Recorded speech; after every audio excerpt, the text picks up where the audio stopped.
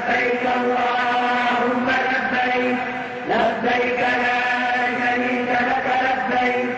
إن الحمد والنعمة لك الملك لا شريك لك لبيك اللهم لبيك لبيك لا شريك لك لبيك إن الحمد والنعمة لك الملك لا شريك لك.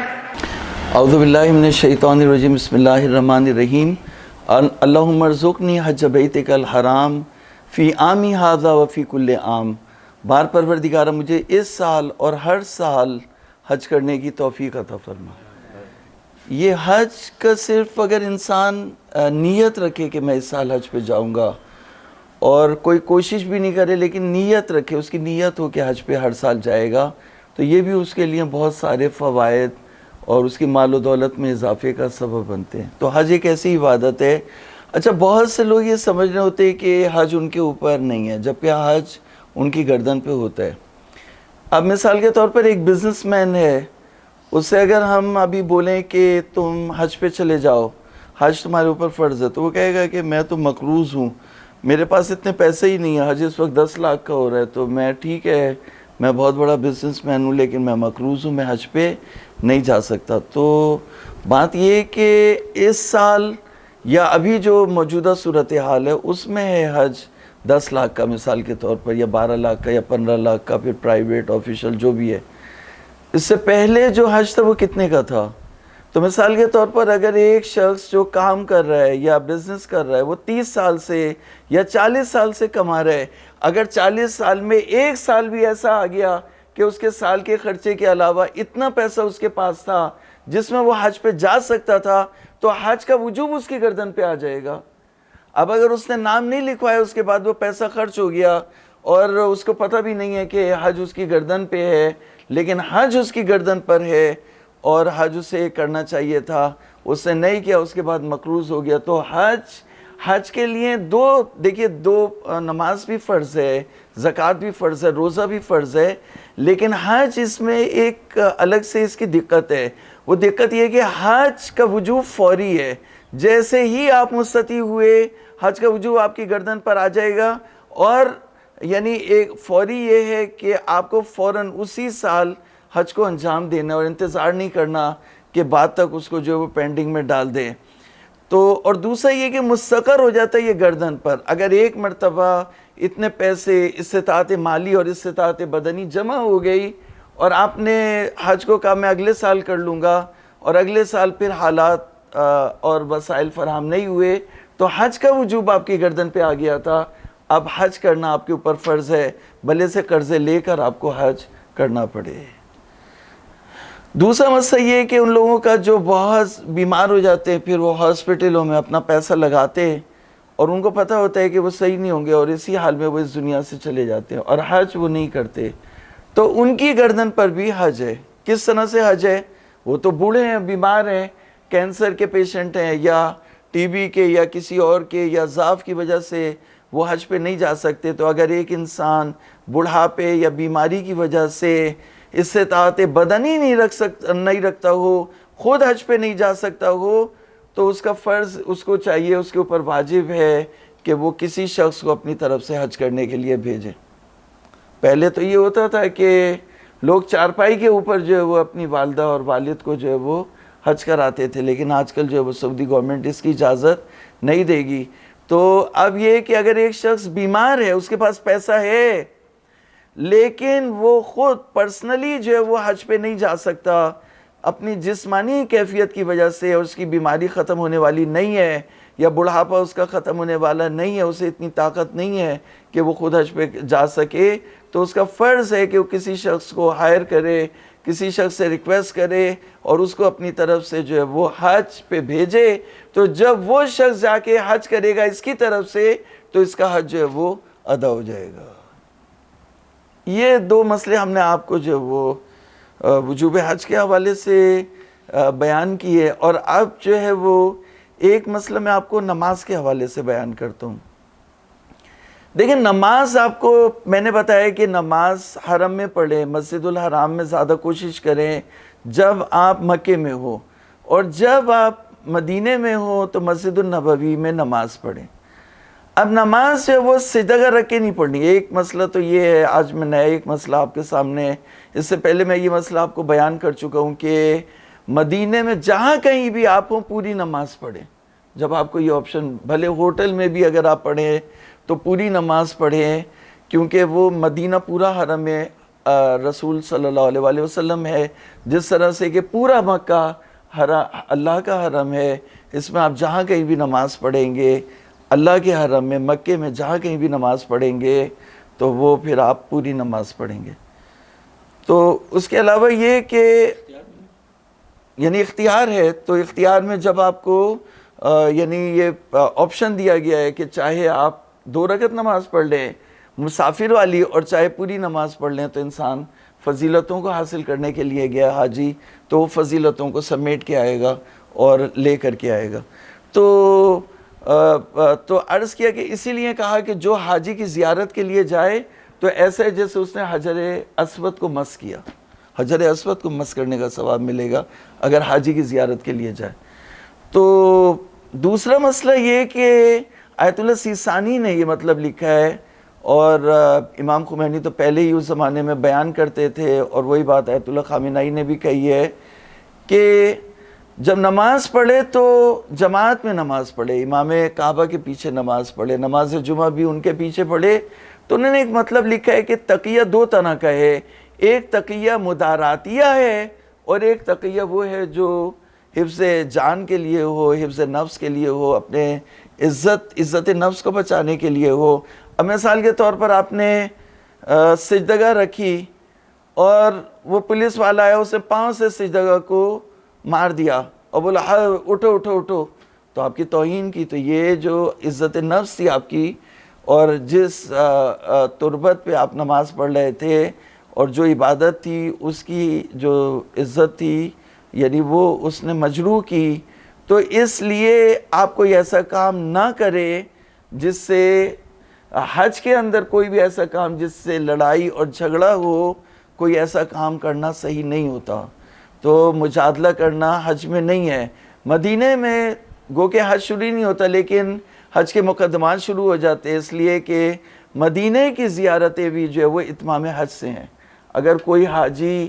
اللہ کے گھر کی زیارت کرے اور حرم رسول کی، اللہ کے رسول کے حرم کی اور اہل بیت کے حرم کی زیارت نہ کرے تو اس کا حج مکمل نہیں ہے. کہا اتم الحج والعمرۃ للہ، حج کو مکمل کرو اللہ، حج اور عمرے کو مکمل کرو اللہ کے لیے. تو اتمام حج یہ ہے کہ جہاں اللہ کے گھر کی زیارت کرے اور مناسک حج کو، ارکان حج کو ادا کرے، وہاں پر اہل بیت علیہم السلام اور جو وہاں پہ زیارتیں ہیں بنی ہاشم کی حضرت ختیجہ اور جو زیارتیں ہیں ان تمام زیارتوں کو انجام دے. تو یہ بھی اتمام حج سے. تو مجادلہ نہیں کرنا. تو تقیہ 2 طرح کا ہے. ایک تقیہ وہ ہے جو مدارات محبت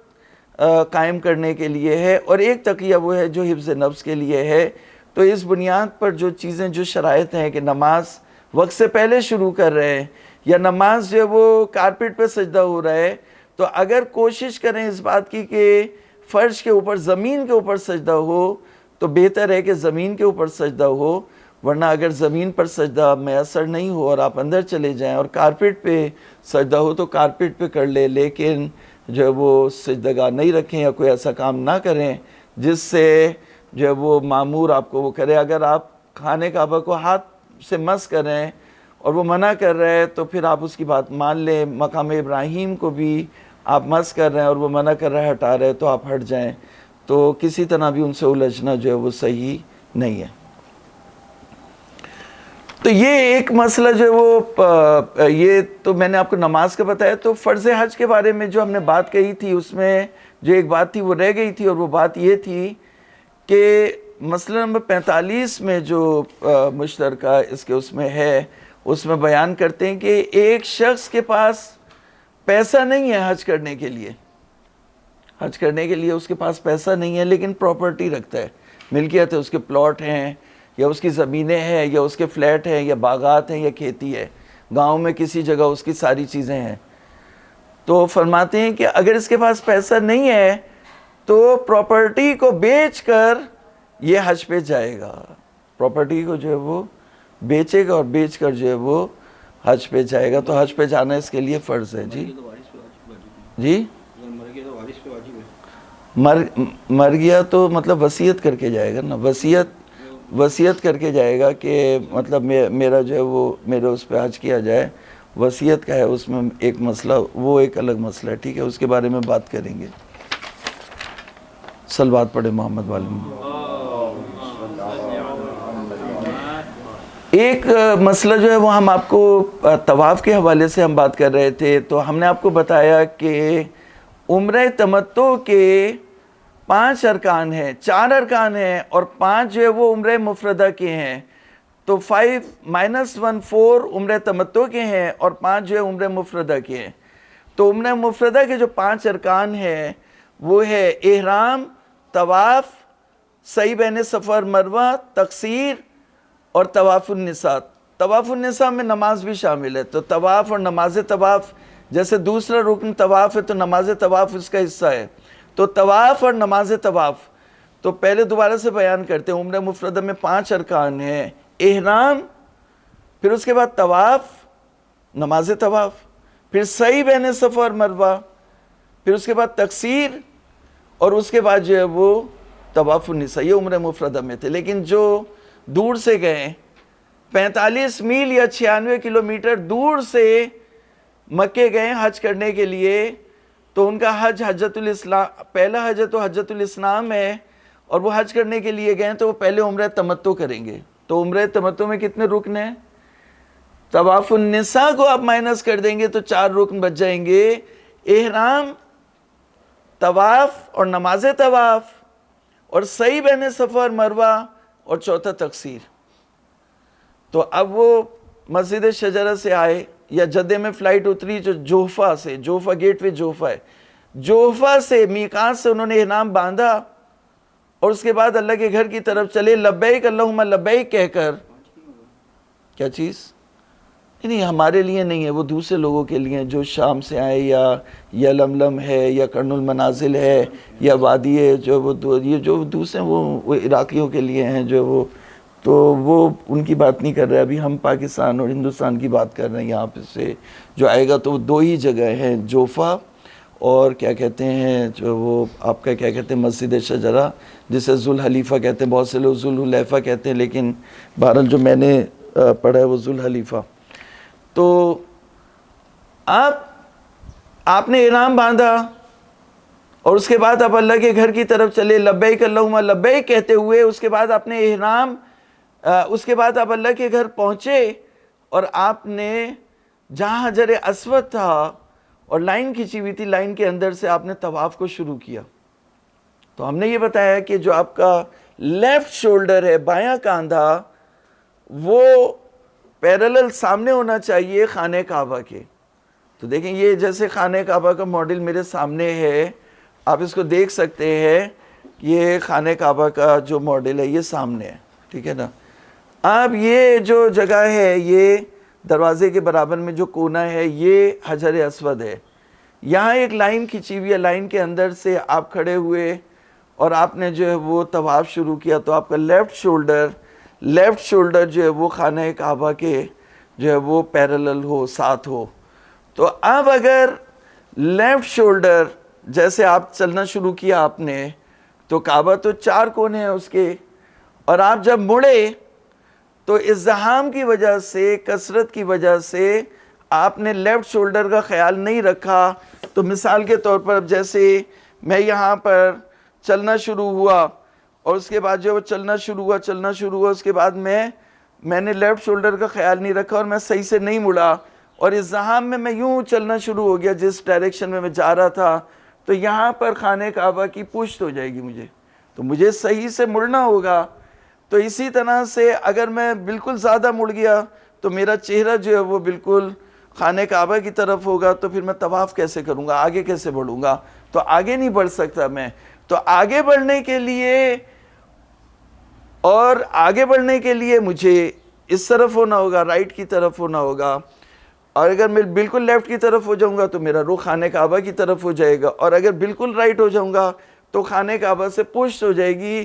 تو اس کا صحیح پیمانہ یہ ہے کہ آپ نے بائیں کاندھے کا خیال رکھنا ہے، اور اس کو دیکھتے ہوئے خانہ کعبہ کے سامنے آپ کا بایاں کاندھا ہو، آپ نے موو کرنا ہے، اور جب کعبہ مڑ رہا ہو، اس کا دوسرا کونا آئے، تو آپ نے اس کے ساتھ ساتھ مڑنا ہے۔ تو اگر کوئی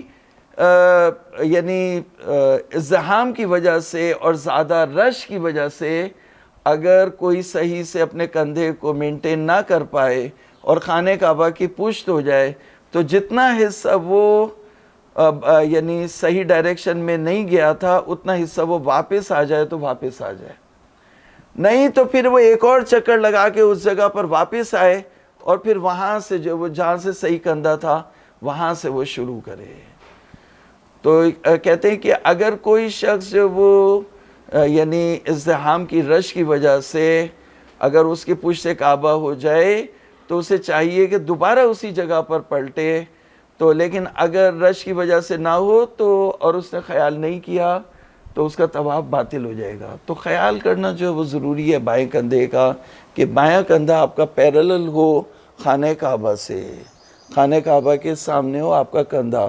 اور آپ کا رخ جو ہے وہ کندھے کو آپ نے معیار بنانا ہے، اور آپ نے چلتا رہنا ہے، اور جیسے کعبہ مڑے گا تو ویسے ہی جو ہے وہ آپ مڑ جائیں گے اگر کندھے کو دوبارہ خانہ کعبہ کے سامنے کریں گے۔ دوسرے یہ کہ آپ نے کوشش کرنی ہے کہ مقام ابراہیم کے اندر سے طواف کرنا ہے، اگر جمعیت زیادہ نہیں ہے، رش زیادہ نہیں ہے، اگر رش بہت زیادہ ہو تو پھر مقام ابراہیم کے باہر سے کرنا ہے۔ لیکن اگر آپ نے ہجر اسماعیل کے اندر سے طواف کیا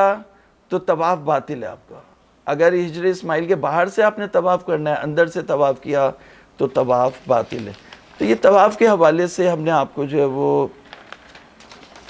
جو ایک مسئلہ تھا جو ہے وہ بیان کر دیا۔ اچھا، اب یہ کہہ رہے ہیں کہ طواف کرنے کے بعد اب آپ نے 7 چکر لگائے، جو دعائیں تھیں وہ ہم نے تعلیم دے دی آپ کو،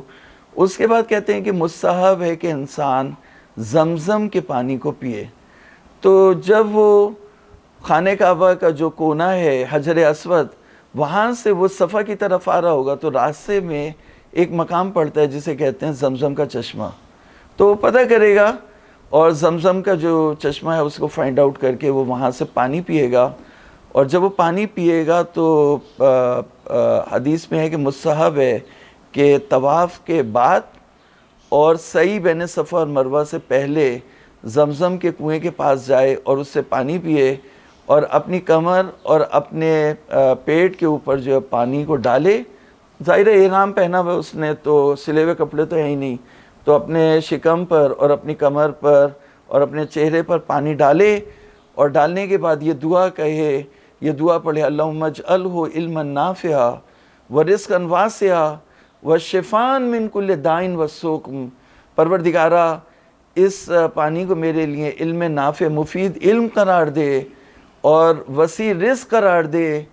اور مجھے ہر بیماری اور پریشانی سے، ہر بیماری سے اور درد سے مجھے شفا اور نجات عطا فرما۔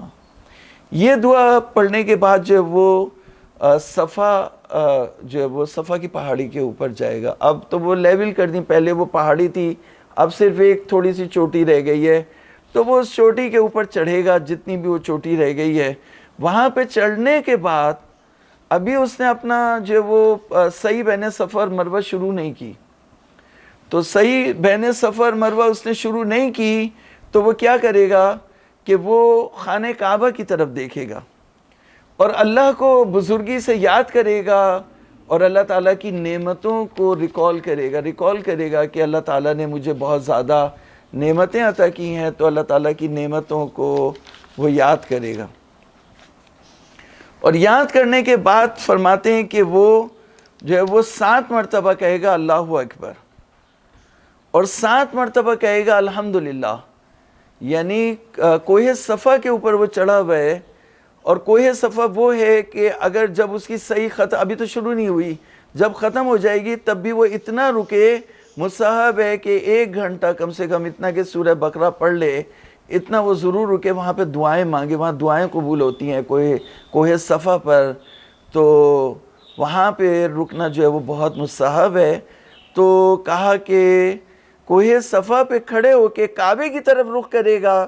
اور اللہ کی نعمتوں کو یاد کرے گا اور اللہ کو بزرگی سے یاد کرے گا، اور 7 مرتبہ کہے گا اللہ اکبر، 7 مرتبہ کہے گا الحمدللہ، 7 مرتبہ کہے گا لا الہ الا اللہ، 7 مرتبہ کہے گا لا الہ الا اللہ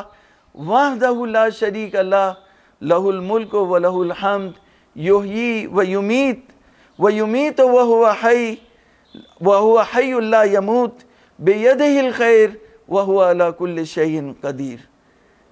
یعنی اللہ کے سوا کوئی معبود نہیں ہے، اللہ کا کوئی شریک نہیں ہے، اسی کے لیے سلطنت ہے، اسی کے لیے حکمرانی ہے، اسی کے لیے ساری تعریفیں ہیں۔ وہ زندہ بھی کرتا ہے، وہ موت بھی دیتا ہے، اور وہ موت بھی دیتا ہے اور جبکہ وہ خود زندہ ہے جو کبھی نہیں مرے گا، اس کے ہاتھ میں خیر ہے اور وہ ہر شے کے اوپر قادر ہے۔ یہ 3 مرتبہ پڑھے، اس کے بعد محمد اور آل محمد پر درود بھیجے گا، اور اس کے بعد کہے گا اللہ اکبر، اس کے بعد کہے گا اللہ اکبر وعلی ما ہدانا والحمد للہ علی ما اولانا۔ تو اسی سے ملتا جلتا ذکر جو ہے وہ عید قربان کے دن جب وہ مزدلفہ سے اپنے خیمے میں، منی میں جو اس کا خیمہ لگا ہے اس کی طرف جب جا رہے ہوتے ہیں، تو جب ہمارا مزدلفہ دوسرا رکن ہے حج کا، ابھی تو ہم عمرہ تمتع میں ہے اور سعی بین صفا اور مروہ بھی شروع نہیں ہوئی، تو لیکن حج میں جو دوسرا رکن ہے وہ مزدلفہ میں قیام ہے۔ مزدلفہ کے بعد جب منی کی طرف بڑھ رہے ہوتے ہیں تو جو ایرانی حاجی ہیں ان کا قافلہ جا رہا تھا تو وہ پڑھ رہے تھے اللہ اکبر الحمدللہ علی ما ہدانا والشکر لہ علی ما اولانا۔ تو ان جملوں کو تکرار، تو یہاں پہ کہا کہ وہ کوہ صفا پر کھڑا ہوا ہے اور وہ اس کی نظر کعبے پر ہے اور وہ کہہ رہے ہے اللہ اکبر علی ما ہدانا، اللہ کو میں بزرگی سے یاد کر رہا ہوں، اللہ پروردگار اس سے بڑا ہے کہ اسے توصیف کیا جا سکے، تعریف کیا جا سکے، اور میں اللہ کا شکر ادا کر رہا ہوں اور اس کو بزرگی سے یاد کر رہا ہوں اس بات پر کہ اس نے مجھے ہدایت دی اور اپنے گھر کا حج کرنے کی توفیق عطا فرمائی اور ان مقامات مقدسہ اور اس واجب فریضے کو ادا کرنے کی توفیق دی، تو میں اس کی نعمتوں پر اس کا شکر ادا کر رہا ہوں اور اس کی تعریفیں ہیں ان تمام چیزوں پر جو اس نے مجھے عطا کی۔ والحمدللہ الحی القیوم، وہ پروردگار جو حی القیوم ہے اس کے لیے ساری تعریفیں ہیں، اور اس پروردگار کے لیے جو حی الدائم ہے اس کے لیے ساری، والحمدللہ الحی الدائم یہ 3 مرتبہ کہے گا، اور اس کے بعد جو ہے وہ کہے گا اشہد ان لا الہ الا اللہ و اشہد ان محمدا عبدہ و رسولہ لا نعبد الا ایاہ مخلصین لہ الدین ولو کرہ المشرکون، یہ پڑھے گا، اور اس کے بعد کہے گا اللہم انی اسألک العفو والعافیہ والیقین فی الدنیا والآخرہ۔ یہ دعا کرے گا کہ پروردگارہ مجھے معافی اور عافیت عطا فرما اور یقین عطا فرما دنیا اور آخرت میں، اور اس کے بعد پھر کہے گا ربنا آتنا فی الدنیا حسنہ وفی الآخرۃ حسنہ وقنا عذاب النار۔ یہ 3 مرتبہ پڑھنے کے بعد پھر 100 مرتبہ اللہ اکبر کہے گا، 100 مرتبہ لا الہ الا اللہ کہے گا، 100 مرتبہ الحمدللہ کہے گا، اور 100 مرتبہ سبحان اللہ کہے گا۔ اور اسی طرح سے جو ہے وہ ایک دعا ہے یہاں پر وہ پڑھے گا جو ہم آپ کو لکھ کر بتا دیں گے، اور اس طرح سے جو یہ مستحبات ہیں دعاؤں کے وہ کسی حد تک جو ہے وہ انجام دے گا، اور اس کے بعد پھر وہ سعی بین صفا اور مروہ شروع کرے گا۔ تو جب صفا سے مروہ کی طرف جائے گا، اچھا پہلی چیز یہ ہے کہ سعی بین صفا اور مروہ میں وضو شرط نہیں ہے۔ اگر آپ کا وضو نہیں ہے، آپ یعنی اگر آپ تھکے ہوئے ہیں، آپ جو وہ ویل چیئر پہ بھی کر سکتے ہیں، کوئی ایسا مسئلہ نہیں ہے۔ گاڑی ہے، گاڑی میں پہلے لوگ سعی بین صفا اور مروہ کرتے تھے سواری کے اوپر، تو سواری میں بھی کر سکتے ہیں۔ تو بہت سے لوگوں کو جو وہ وہاں پہ وہ ویل چیئرز ہوتی ہیں ان میں لوگ بیٹھ جاتے ہیں، وہ پھر لے کے، ہاں وہ ایٹومیٹک بھی ہیں اور دوسری بھی ہیں جو پہلے جب ہم گئے تھے تو وہ بندہ ہوتا تھا وہ لے کے جاتا تھا، تو ویسے بھی جا سکتے ہیں اور خود کرنا چاہے خود بھی کر سکتے ہیں۔ تو سعی بین صفا اور مروہ وضو کے بغیر اس میں وضو شرط نہیں ہے۔ طواف میں وضو شرط ہے، سعی بین اور صفا اور مروہ میں وضو شرط نہیں ہے۔ تو صفا سے مروہ کی طرف جائیں گے تو ایک چکر، مروہ سے صفا کی طرف آئیں گے تو دوسرا چکر، پھر صفا سے مروہ کی طرف جائیں گے تیسرا چکر، پھر واپس آئیں گے تو چوتھا، پھر جائیں گے پھر واپس آئیں گے 6 ہو جائیں گے، پھر جب مروہ پہ جائیں گے تو 7واں چکر ہو جائے گا، اور یہاں صحیح بین صفا اور مروہ آپ کی ختم ہو جائے گی۔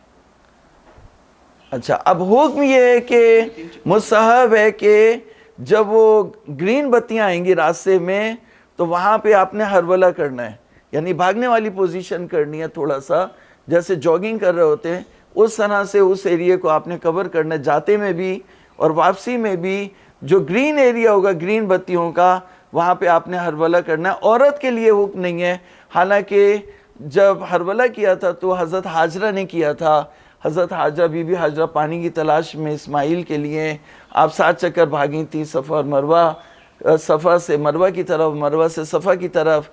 تو پھر جیسے ہی آپ یعنی دور سے پانی نظر آتا تھا، بھاگتی تھیں، دوڑتی تھیں، اور جب وہ پانی ختم ہو جاتا تھا تو آپ سلو ہو جاتی تھیں۔ تو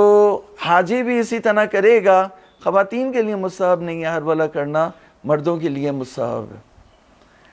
تو جب 7 چکر مکمل ہو جائیں گے تو پھر تقصیر کرے گا۔ تقصیر میں کہتے ہیں کہ احتیاط واجب یہ ہے کہ ناخن اگر کاٹ لے تو تقصیر نہیں ہے۔ بہت سے لوگ اس کو بھی تقصیر سمجھتے ہیں، لیکن ہمارے جو مجتہد ہیں وہ کہتے ہیں کہ بالوں کی تقصیر ہو،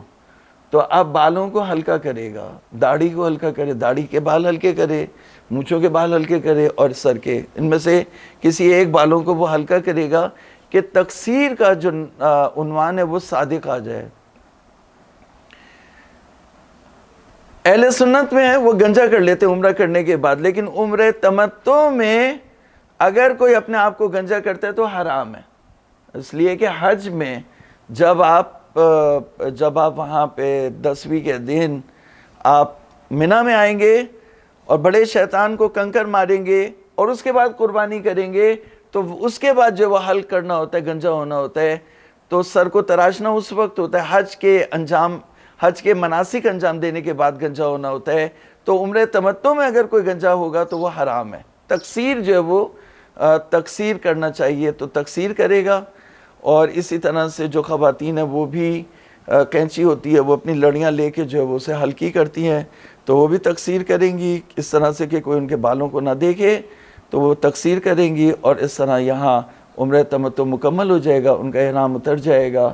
اور حرم کے محرمات کے علاوہ احرام کے جو محرمات تھے وہ ان کے لیے حلال ہو جائیں گے، اور ان کے لیے ریسٹنگ پیریڈ آئے گا کہ وہ اب اس کے بعد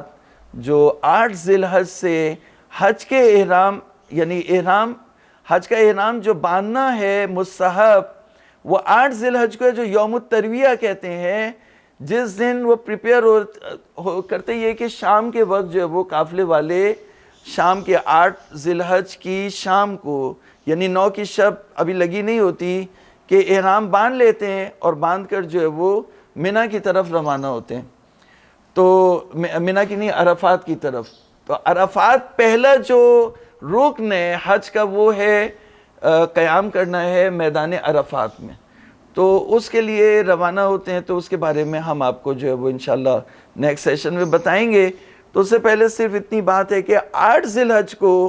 جو یوم الترویہ ہے احرام باندھنا مستحب ہے، لیکن اگر کوئی نہیں باندھ سکے تو وہ 9 ذی الحج کو بھی باندھ کر میدان عرفات کی طرف جو ہے وہ آ سکتا ہے، جو حج کا پہلا رکن ہے۔ حج کے 2 رکن ہیں، ایک عرفات میں وقوف کرنا ہے، اور ایک مشعر الحرام یا مزدلفہ میں وقوف کرنا ہے، اور یہ 2 وقوف اگر کوئی انجام دے لے تو اس کا حج صحیح ہے، کیونکہ رکن یہی ہیں 2۔ تو باقی جو ہے وہ منی کے احکام ہے، اور پھر حج زیارت ہے، اور پھر طواف النساء ہے، جس میں جو حج ہے وہ وائنڈ اپ ہو جاتا ہے۔ پروردگار ہمیں اپنے گھر کا حج کرنے کی توفیق عطا فرمائے، اور ہر سال ہمیں ہمارے حج کو جو ہے وہ قبول کرے، حج مقبول کرنے کی توفیق عطا فرمائے، اور جو حاجی حج کے لیے گئے ان کے حج کو بھی قبول کرے، اور انہیں کامیابی اور کامرانی سے صحت و سلامتی کے ساتھ واپس لوٹنے کی اپنے وطن میں توفیق عطا فرمائے۔ والسلام علیکم ورحمۃ اللہ۔